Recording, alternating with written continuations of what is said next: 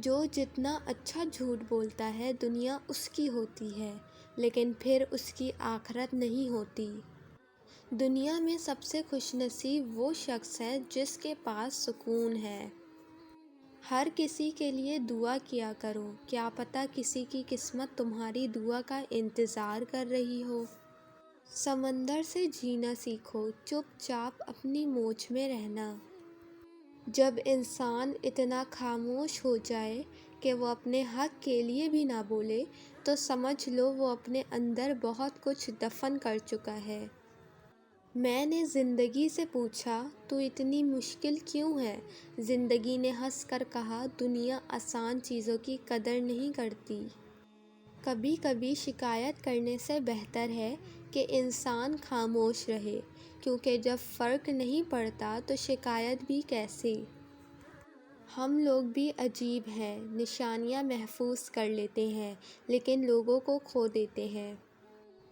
اکثر لوگ الفاظ اور خیالات کا ذخیرہ ہونے کے باوجود خاموش رہتے ہیں، کیونکہ وہ ان لوگوں سے بحث نہیں کرنا چاہتے جن سے پوری شدت سے محبت کرتے ہیں۔ کامیاب زندگی یہ نہیں کہ آپ کتنا خوش ہیں، کامیاب زندگی یہ ہے کہ آپ کا رب آپ سے کتنا خوش ہے۔ ہم کسی کے دل میں جھانک نہیں سکتے، یہ جان نہیں سکتے کہ کون ہمارے ساتھ کتنا مخلص ہے، لیکن وقت اور رویے جلد ہی یہ احساس دلا دیتے ہیں۔ کسی رشتے کو کتنی بھی محبت سے باندھا جائے، لیکن اگر عزت اور لحاظ چلا جائے تو محبت بھی چلی جاتی ہے۔ اگر اللہ آپ سے انتظار کروا رہا ہے تو اس سے زیادہ حاصل کرنے کو تیار رہیں جو آپ نے مانگا تھا۔ زندگی کی جنگ خود لڑنا پڑتی ہے، لوگ صرف مبارکباد دینے یا فاتحہ خوانی کے لیے آتے ہیں۔ اپنے خلاف باتیں خاموشی سے سن لو اور جواب دینے کا حق وقت کو دے دو۔ خاموش ہو جایا کریں، سہ جایا کریں، جھک جایا کریں، مان لیا کریں، یہ عاجزی ہے جو اللہ کو بہت محبوب ہے۔